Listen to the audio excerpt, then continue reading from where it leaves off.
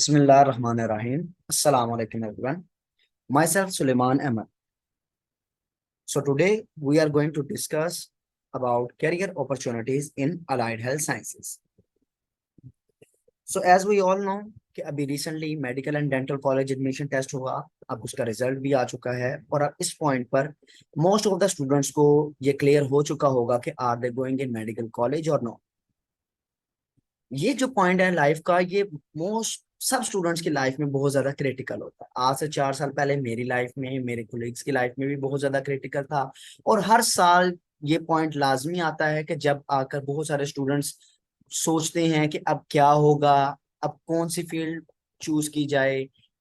हाँ, जिन स्टूडेंट्स का तो एमबीबीएस बीडीएस में एडमिशन हो गया उनके लिए तो बहुत अच्छी बात है, बहुत जबरदस्त, कंग्रेचुलेशंस।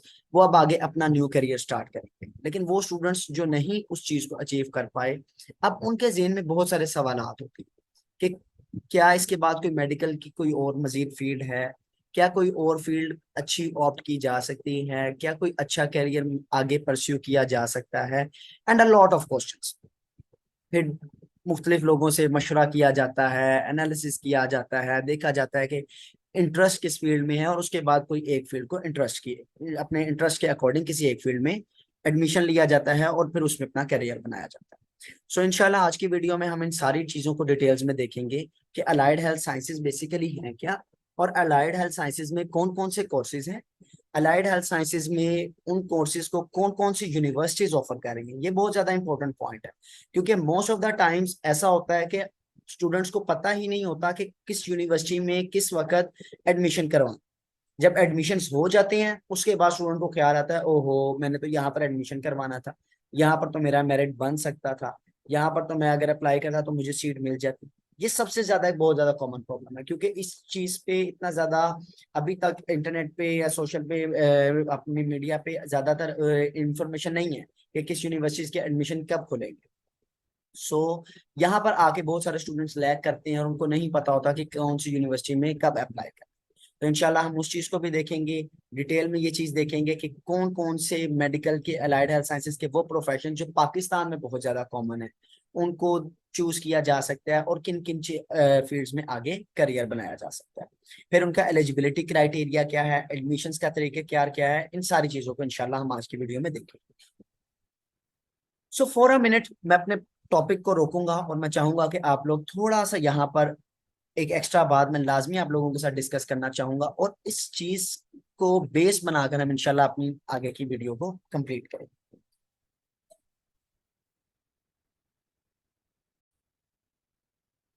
तो देखिए यहाँ पर ऑलमोस्ट 100% स्टूडेंट सबसे पहला क्वेश्चन ये करता है कि जो फील्ड आप जिस फील्ड के बारे में बता रहे हैं या जो फील्ड्स गिवन हैं, इनका फ्यूचर क्या है, इनका करियर क्या है, इनका स्कोप क्या है, जॉब मिलेगी या नहीं मिलेगी, पैसे कितने मिलेंगे। तो देखिए इन सारी चीजों का, इन सारे सवालात का, इन सारी परेशानियों के, किस्म की परेशानी है ना। हर स्टूडेंट कहता है यार पता नहीं कैसी जॉब होगी, क्या होगा क्या नहीं होगा, फ्यूचर की। तो देखिए इन सारी चीजों का एक सिंपल आंसर है कि फ्यूचर की टेंशन आप लोगों ने नहीं ली। करियर और स्कोप अल्लाह ताला बनाते। करियर और स्कोप कोई फील्ड नहीं बनाती, कोई इंसान नहीं बना, ये अल्लाह ताला के हाथ। सिर्फ एक चीज जो आपके पास है वो है तवक्कल, बिलीव, यकीन, मेहनत। ये चीजें आपके पास। हाँ ये चीजें मुश्किल जरूर है लेकिन ये चीजें जब आ जाए दिल में तो फिर कोई टेंशन नहीं रहती। अगर मैं अपनी बात करूं तो मैं भी आज से कुछ साल पहले बिल्कुल इसी तरीके से एक हर स्टूडेंट की तरह सोचता था, पता नहीं कितने की जॉब मिलेगी, अच्छा अब ये इतने हजार तो मिल जाएंगे ना, इतने या इतना मैं अचीव कर लूंगा, ये इस गोल तक चला जाऊंगा। ये सारे क्वेश्चंस मैं भी करता होता। लेकिन आप आहिस्ता आहिस्ता वक्त के साथ ये चीज सीखी कि नहीं, सिर्फ काम क्या है, तवक्कल करना, बिलीव रखना, यकीन रखना कि नहीं मेरा करियर, मेरा फ्यूचर, मेरा स्कोप अल्लाह ताला बनाएगा। रास्ते निकालने वाली जात अल्लाह ताला की है। देखिए कुरान मजीद में वाज़ेह है, मूसा अलैहिस्सलाम थे तो आगे ना आगे कोई रास्ता ना पीछे कोई रास्ता। उस वक्त सिर्फ एक चीज थी दिल में, वो था यकीन। अल्लाह ताला ने रास्ता बना के दिखाया। यूनुस अलैहिस्सलाम मछली के पेट में है, एक चीज है सिर्फ दिल में, वो है यकीन। तो इस चीज को आपने कभी भी अपने जेहन पे सवार नहीं करना कि पता नहीं वो इतना कमा रहे हैं तो मैं इतना कम क्यों कमा रहा हूँ, या मैं ज्यादा कैसे कमा लूंगा, या मेरा रिस्क पता नहीं कहाँ से आ जाएगा। तो रिस्क की टेंशन नहीं लेनी। रिस्क का वादा अल्लाह ताला ने करके भेजा है कि मैं दूंगा। और वो दे रहा है, तो उसके लिए कोई शर्त भी नहीं रखी कि ये एमबीबीएस करोगे तो ही इतना मिलेगा वरना नहीं मिलेगा। जो बेसिक्स हैं उन पर आ जाओ, अपना यकीन रखो कि हाँ मुझे अल्लाह देगा। और दूसरी चीज जो आपके हाथ में है वो है मेहनत। वो आप लोगों ने जितना होगा, जितनी मेहनत करोगे उससे ज्यादा ही रिवॉर्ड अल्लाह ताला देता है। तो ये वो बातें हैं कि जिनको अगर हम अपने जेहन में बैठा लें, तो इस वक्त चूंकि बहुत सारे स्टूडेंट्स, अभी मेरे जूनियर्स, बहुत सारे स्टूडेंट्स ऐसे मिलते हैं, कुछ दोस्त के जो भाई वगैरह कोई कोई भी हैं, वो मिलते हैं, वो सबसे बहुत परेशान इस टाइम हुए हुए हैं कि यार पता नहीं क्या हो जाएगा, पता नहीं दुनिया ना खत्म हो जाएगी, यहाँ पर तो फुल स्टॉप ना लग जाए, कोई खुदकुशी ना कर ले, कोई इतने ज्यादा वो जो है ना एंजाइटी में। लेकिन कोई कोई मसला नहीं, बिल्कुल रिलैक्स हो जाए, अपने फील्ड को देखें, अपने इंटरेस्ट को देखें, रिसर्च करें, एनालिसिस करें, मशवरा करें अपने सीनियर्स के साथ, अपने बड़ों के साथ, कि मैं ये अपना करियर लेकर चलने लगूंगा। करियर इस बेस में नहीं रखना कि करियर में पैसा कितने मिलेगा और करियर में क्या चीजें, क्या स्कोप क्या है। करियर में मेहनत की, वो जो मर्जी काम है आपका, तो आपका करियर भी है, आपका फ्यूचर भी है, आपका स्कोप भी है, आपकी रिस्पेक्ट भी है, आपकी जॉब भी है, सब कुछ है। अगर आप बहुत जबरदस्त फील्ड रख के भी आप मेहनत नहीं कर रहे हैं, आपको कुछ आता ही नहीं है, तो तब कुछ भी नहीं।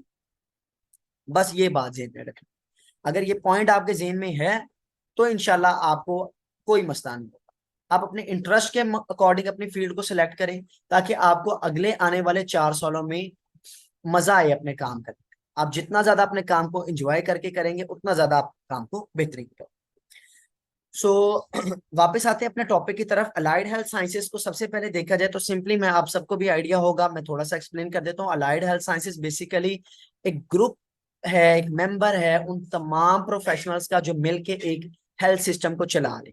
हेल्थ सिस्टम में आपके पास डॉक्टर्स हैं, आपके पास नर्सिस हैं, उसके अलावा अलाइड हेल्थ का एक पूरा सिस्टम है जिसमें लेबोरेटरी प्रोफेशनल्स आ जाते हैं, इमेजिंग टेक्नोलॉजी के प्रोफेशनल्स आ सकते हैं, और जो मुख्तलिफ टेक्नोलॉजिस्ट हैं वो आ सकते हैं, ऑपरेशन थिएटर टेक्नोलॉजिस्ट हैं, कार्डियक परफ्यूजन के हैं, and a lot of yours. ठीक है। सो ये सारे के सारे प्रोफेशनल, ये सारे के सारे स्पेशलिटीज मिलके एक कंप्लीट हेल्थ सेटअप को चला। ठीक है, not a single doctor. Doctor भी जो है वो मिलके पूरे सेटअप के साथ एक जो हेल्थ प्रोफेशनल को, एक हेल्थ सेटअप को चलाता है। So basically allied health sciences समझ लें कि एक बैकबोन है। ठीक है, एक बैकबोन जिसके ऊपर पूरा का पूरा सेटअप खड़ा हो। सो अब हम बात करते हैं वो डिफरेंट कोर्सेज जो कि पाकिस्तान में मोस्ट कॉमन है, डिफरेंट यूनिवर्सिटीज करवा रही हैं, और अच्छा इनका करियर है, अच्छा इनका स्कोप है, अच्छा फ्यूचर है। वो कौन कौन सी है? सबसे पहले है जी हमारे पास मेडिकल लेबोरेटरी टेक्नोलॉजी। ये सारी की सारी फील्ड्स बीएस ऑनर्स के इक्विवेलेंट हैं। 4 साल की आपकी डिग्री होती है। 4 साल की डिग्री के बाद आप इन्हीं फील्ड्स के अंदर, इन्हीं फील्ड्स की डिफरेंट स्पेशलिटीज में आगे मास्टर्स और एमफिल्स करते हैं, फिर आगे पीएचडी लेवल तक भी जाते हैं। ठीक है।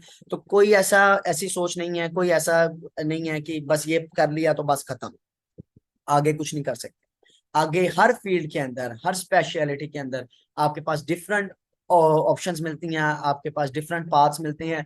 आप उनको आगे कंटिन्यू करके अपना एमफिल मास्टर्स क्लियर करते हैं, रिसर्च करते हैं, देन आप पीएचडी भी उनमें करते हैं। सो बेसिकली बात कीजिए मेडिकल लेबोरेटरी टेक्नोलॉजी, तो पाकिस्तान में इस टाइम मेडिकल लेबोरेटरी टेक्नोलॉजी का जो कोर्स है, जो 4 इयर्स की डिग्री है, वो बहुत ज्यादा आम हो चुकी है, बहुत ज्यादा।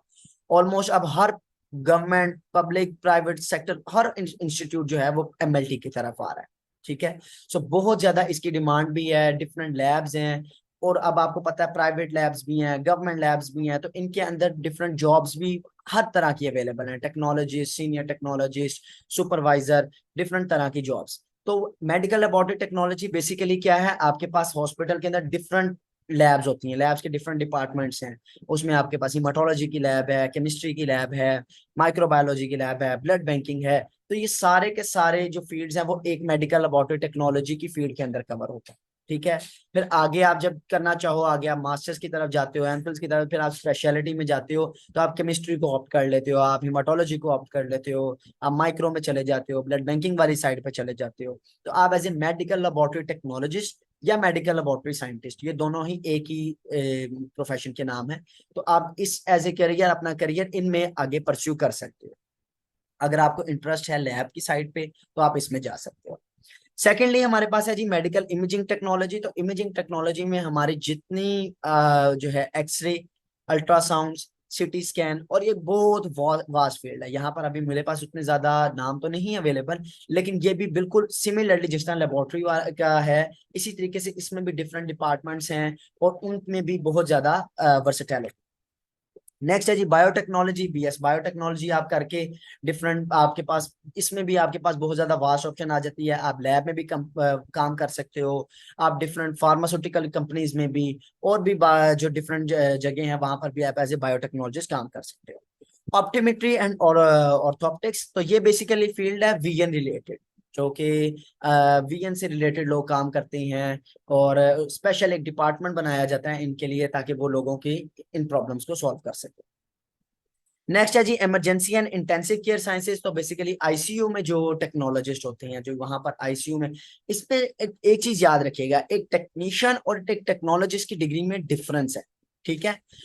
टेक्नीशियन वहां पर सिर्फ काम कर रहा है, ठीक है, जबकि टेक्नोलॉजिस्ट वहां पर काम कर रहा है अपने थ्योरेटिकल नॉलेज के साथ, ठीक है। आप अगर एमएलटी है तो एमएलटी का 2 साल वाला डिप्लोमा भी है, 4 साल वाली डिग्री भी है, आगे एमफिल्स भी है और पीएचडी भी है। तो जाहिर सी बात है सब में ग्रेडेशन है, काम वही है, लेकिन जितना मैक्सिमम थ्योरेटिकल लेवल पर जाते जाएंगे उतना ज्यादा आपका ग्रेड बढ़ता जाएगा। ये सारी की सारी डिग्रीज इनको करने के बाद, जब आप ये सारी अपनी 4 साल की डिग्री कर लेते हैं, तो आपको 17 ग्रेड बेसिकली जॉब ऑफर होती है गवर्नमेंट की तरफ से। वो एक अलग बहस है कि अब जॉब्स नहीं है या इतना ज्यादा उसका नहीं है, लेकिन अगर जॉब अवेलेबल हो तो आपको डायरेक्ट आफ्टर बैचलर 17 ग्रेड की जॉब मिलती है। आगे आ जाती है जी हमारे पास ऑर्थोटिक्स एंड प्रोस्थेटिक्स। तो ये बेसिकली वो है जो कि बोन से रिलेटेड काम करते हैं। फॉर सपोज एक पर्सन है, उसके लिम्स नहीं है, तो ये बेसिकली उन लोगों के लिए काम करेंगे। नेक्स्ट है जी operation theatre technology. Operation theatre में आपको पता है सर्जन है, उसके अलावा बाकी सारे लोग हैं, तो उसके साथ जो टेक्नोलॉजिस्ट वहां पर काम करवाते हैं ये उनकी फील्ड है। डेंटल टेक्नोलॉजिस्ट आ जाते हैं। देन कार्डियक परफ्यूजन बहुत इंपॉर्टेंट है, इसकी सीट्स भी बहुत ज्यादा कम होती हैं। Even I think so king Edward में सिर्फ इसकी 5 सीट्स हैं, वो बहुत मशहूर है इसके लिए। मेरिट भी इसका लास्ट ईयर किंग एडवर्ड का आई थिंक सो 90+91 कुछ इस तरह कार्डियक परफ्यूजन का था।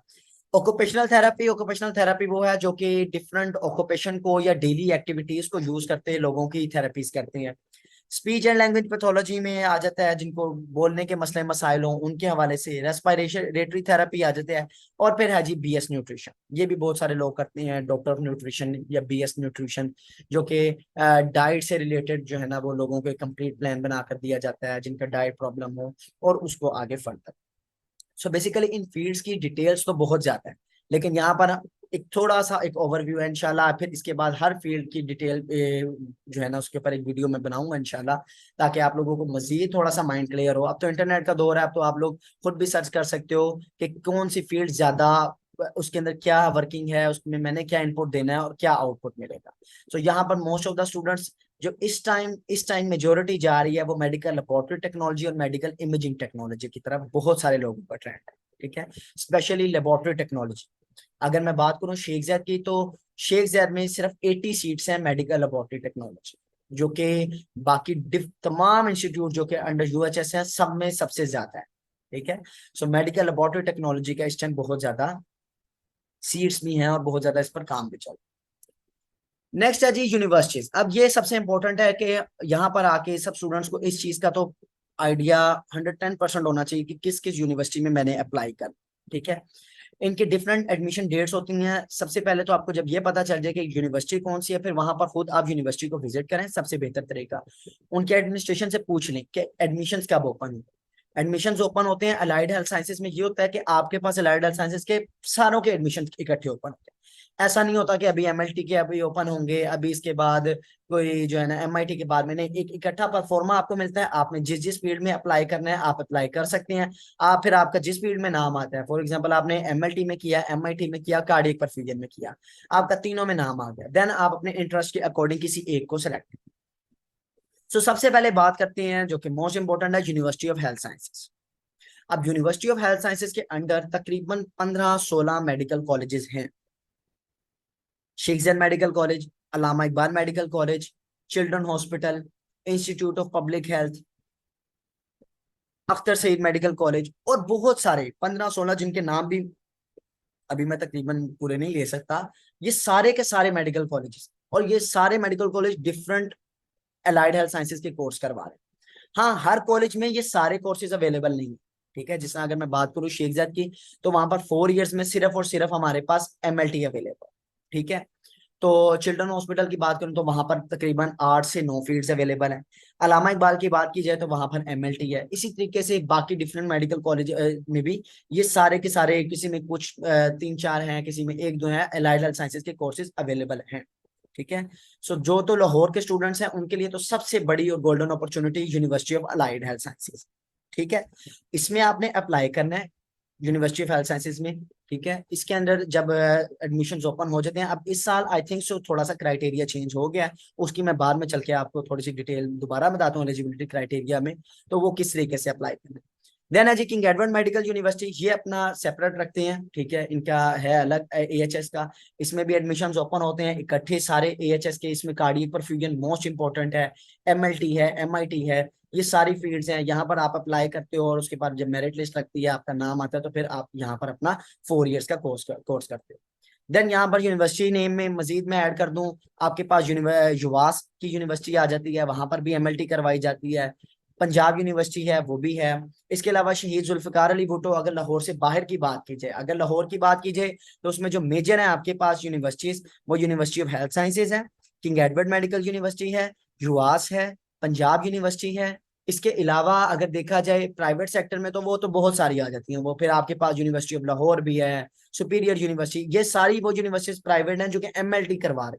सुपीरियर यूनिवर्सिटी, उसके अलावा यूनिवर्सिटी ऑफ लाहौर, उसके अलावा university of management technology UMT, और भी बहुत सारी यूनिवर्सिटी जिन्होंने एमएलटी के कोर्सेज स्टार्ट करवा दिए। इवन रिफा ने अपना एमएलटी का कोर्स स्टार्ट करवा दिया।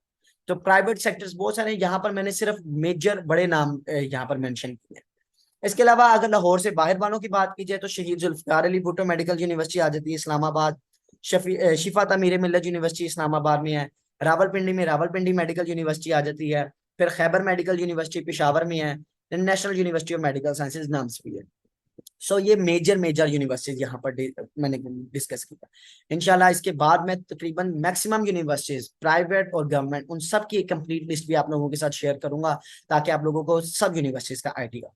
तो बेसिकली आपके जेहन में सबसे पहले यूनिवर्सिटी का आइडिया क्लियर होना चाहिए कि मैंने किस यूनिवर्सिटी में अप्लाई करना है अपने मार्क्स के अकॉर्डिंग। अगर आपके मार्क्स अच्छे हैं तो आपकी सबसे पहली प्रायोरिटी किंग एडवर्ड और यूनिवर्सिटी ऑफ हेल्थ साइंसेज होनी चाहिए। देन यूआस, फिर साथ ही पंजाब यूनिवर्सिटी। अगर थोड़े से मार्क्स कम है और अगर आपको थोड़ा सा रिस्क है कि कहीं मेरा गवर्नमेंट में नाम ना आए, देन गवर्नमेंट में भी करवाएं और प्राइवेट में भी करवाएं। प्राइवेट में बैकअप के लिए रख लें, गवर्नमेंट में करवाएं। अगर गवर्नमेंट में नाम आता तो well done, well and good, आप गवर्नमेंट में आ जाए। अगर नहीं आता तो फिर प्राइवेट सेक्टर में जा सकते। एलिजिबिलिटी क्राइटेरिया तो बेसिक बहुत सिंपल है अलाइड हेल्थ साइंसेज का, जो कि गिवन है कि 50% मार्क्स। लेकिन आप सबको पता है कि 50% मार्क्स में एडमिशन नहीं होता, ये एलिजिबिलिटी क्राइटेरिया। अब मैं थोड़ा सा यहाँ पर आप लोगों के साथ डिस्कस करता हूँ एडमिशन क्राइटेरिया। मैंने बात की यूनिवर्सिटी ऑफ हेल्थ साइंसेज की। लास्ट ईयर ये होता था कि यूनिवर्सिटी ऑफ हेल्थ साइंसेज के अंडर जितने मेडिकल कॉलेजेस थे, वो सॉरी वो शेख जायद है, वो चिल्ड्रन है, तो हर इंस्टीट्यूट अपना अपना एडमिशन ओपन करता था। फॉर एग्जाम्पल शेख जायद ने नवंबर में अपना एडमिशन का लगाया, नोटिस लगाया कि एडमिशन ओपन हो गए हैं। उसके बाद क्या होता था कि शेख जायद में एडमिशन का टेस्ट होता था पहले एक, ठीक है, जिस तरह एमकैट होता है उसी तरीके का एक टेस्ट होता था। फिर टेस्ट के मार्क्स, एफएससी के मार्क्स, मैट्रिक के मार्क्स मिलाकर एक एग्रीगेट बनता था, देन एडमिशन। टोटल थी 80 सीट्स। यहाँ पर यह है थोड़ा सा प्रॉब्लम कि हम हर यूनिवर्सिटी का अलग अलग डिस्कस नहीं कर सकते, क्योंकि हर यूनिवर्सिटी ने अलग अलग अपना एक क्राइटेरिया रखा। चिल्ड्रन हॉस्पिटल है तो वो सिर्फ और सिर्फ एफएससी के मार्क्स लेते हैं। अलामा इकबाल वाले हैं तो वो भी सिर्फ एफएससी के मार्क्स लेते हैं। इसलिए हर एक यूनिवर्सिटी को कवर करना थोड़ा सा डिफिकल्ट है यहाँ पे। लेकिन मैं अब थोड़ा सा ओवरव्यू दे देता हूँ। अभी जो लेटेस्ट अपडेट है, ये थोड़ा सा पॉइंट इंपॉर्टेंट है आप सबके लिए, कि जो लेटेस्ट अपडेट है यूएचएस की, वो ये है कि इस साल जिस तरीके से एमबीबीएस बीडीएस के एडमिशन हुए हैं, सेम एज इट इज उसी फॉर्मूला की बेस पर अलाइड हेल्थ साइंसेज के भी एडमिशन होंगे। ठीक है, पहले ये होता था कि भाई अगर एक फॉर एग्जांपल एक स्टूडेंट है, उसके एफएससी में 1050 मार्क्स है, एमकैट में स्कोर बहुत कम है, 150 है, 140 है, एमकैट दिया नहीं, सही से तैयारी नहीं थी, स्कोर कम है, तो उसने उसके लिए ये चांस होता था कि चलो जी अलाइड हेल्थ साइंसेज में सीट ले लेते हैं और रिपीट कर लेते हैं। ठीक है, लेकिन अब ऐसा कोई सीन नहीं।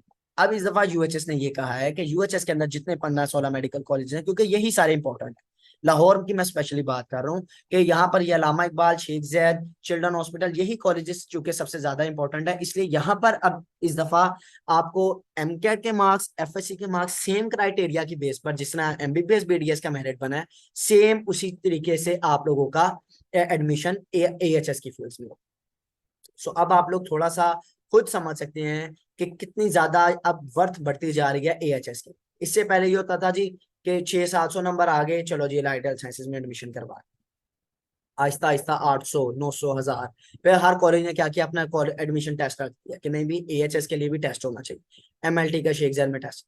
अब इतना ज्यादा सैचुरेशन चूंकि इस फील्ड में हो चुकी है, इतने ज्यादा लोग इस फील्ड में आ रहे हैं, और बहुत ज्यादा यहाँ पर चूंकि एक सैचुरेशन होती जा रही है, तो अब यूएचएस ने कहा है, जो लेटेस्ट उनकी अपडेट है, कि भाई इस साल सिर्फ और सिर्फ एफएससी की बेस पर एडमिशन नहीं मिलेगा। ठीक है ना। वो क्योंकि एक ये भी उसमें फैक्टर था कि बहुत सारे स्टूडेंट सिर्फ सीट ले लेते हैं, फिर रिपीट करते हैं और अगले साल सीट छोड़ देते हैं। ठीक है। तो अब जिस बच्चे के मार्क्स एमकेट में भी अच्छे हों, एफएससी में भी अच्छी हों, तब जाकर वो अलाइड हेल्थ साइंसेज की सीट पर आ सकता है। ठीक है। तो ये जितने मैंने मेडिकल कॉलेजेस के नाम लिए, किंग एडवर्ड भी, किंग एडवर्ड तो लास्ट ईयर भी उनका सेम था, इस दफा कोई चेंज नहीं है, मतलब उनका उनका बिल्कुल उसी तरीके पे एडमिशन होता है। एमडी कैट, एफएससी और मैट्रिक, आई थिंक सो, पता नहीं उसमें इंक्लूड करते हैं या नहीं, लेकिन वो सेम क्राइटेरिया पर चलते हैं। लेकिन यूनिवर्सिटी ऑफ हेल्थ साइंसेज ने इस दफा क्राइटेरिया अपना चेंज कर दिया। बाकी यूनिवर्सिटीज नाम्स हैं और डिफरेंट यूनिवर्सिटीज हैं, उनके डिफरेंट क्राइटेरियाज हैं। यहाँ पर मेरा मेजर फोकस जो था वो यूनिवर्सिटी ऑफ हेल्थ साइंसेज के ऊपर था, क्योंकि यहाँ पर जितने मैक्सिमम स्टूडेंट्स हैं वो सब यूनिवर्सिटी ऑफ हेल्थ साइंसेज को ज्यादा प्रेफर करते हैं। युवास है वो ओपन मेरिट के ऊपर है, उनके एडमिशन सबसे पहले ओपन हो जाते हैं। अभी सितंबर है तो अभी साथ ही उनके एडमिशन ओपन हो जाएंगे लास्ट 10 डेज में, या अक्टूबर के स्टार्ट में। ठीक है, वहां पर भी आप लोग देख सकते हैं। पंजाब यूनिवर्सिटी भी ओपन मेरिट है, पंजाब यूनिवर्सिटी में भी लाजमी अप्लाई करें। किंग एडवर्ड और यूएचएस का मैंने आपको बता दिया कि एमडी कैट के मार्क्स आपके मस्ट हैं इसके अंदर, एमडी कैट आप लोगों ने लाजमी इंक्लूड कर। ठीक है। सो यहाँ पर हम अपना डिस्कशन को कंप्लीट करते हैं। उम्मीद है कि आप लोगों को इन्फॉर्मेशन आप लोगों के काम आएगी। आप लोगों का किसी भी किस्म का कोई क्वेश्चन हो तो आप कमेंट सेक्शन में मेरे से पूछ सकते हो, मुझसे कांटेक्ट भी कर सकते हो। ठीक है। वंस अगेन लास्टली यही कि आप लोगों ने सिर्फ और सिर्फ अपने ज़हन में उन बेसिक्स बातों को लाजमी रखना। ठीक है।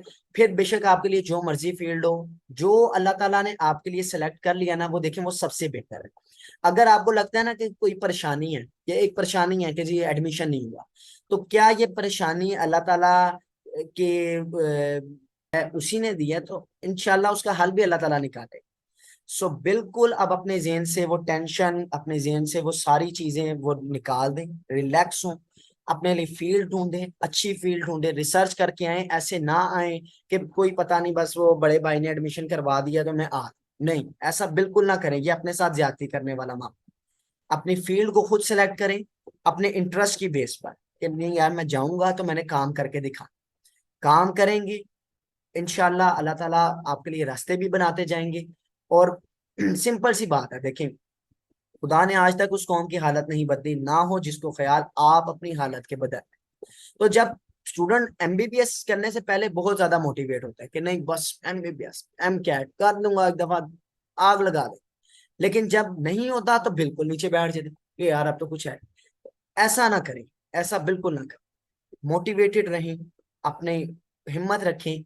इंशाल्लाह इंशाल्लाह इस फील्ड में आने वाले कुछ सालों में आप देखेंगे कि जो अल्लाह ताला ने अभी आपके लिए सिलेक्ट किया, अभी बेशक थोड़ा सा लग रहा होगा, दिल में बुरा भी लग रहा होगा कि यार ये मेरे साथ क्या हो गया। ठीक है। और ये चीजें जेहन में आती हैं कि ऐसा ना हो जाता, वैसा हो जाता, यूं हो जाता, ये ना कर लेता, वो ना कर लेता, तो इन सारी चीजों को, इन सारी बातों को साइड पे कर। ठीक है। इन सारी चीजों को साइड पे करके अपना सिर्फ और सिर्फ अपना फोकस रखें, बिलीव रखें, तवक्कल रखें, इंशाल्लाह सब कुछ बेहतर होगा। Thank you so much. इंशाल्लाह नेक्स्ट वीडियो में आप लोगों के साथ मजीद इंफॉर्मेशन के साथ आएंगे। अल्लाह हाफिज।